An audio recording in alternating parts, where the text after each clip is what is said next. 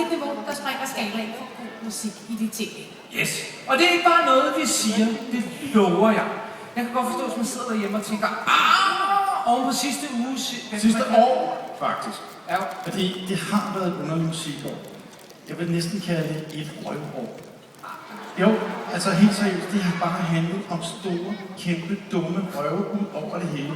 Her tænker jeg selvfølgelig om twerking, Nicki Minaj, Top Gun. Han har meget godt.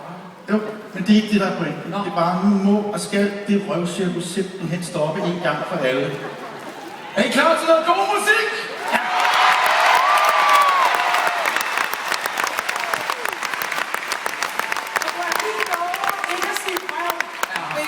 Altså, jeg lover i hvert fald, at nogen så ikke kommer på tapetet mere. Fordi i dag, der skal det altså handle om musikken. Yes. Vi har 10 fantastiske bilister stående klar i kulissen, der er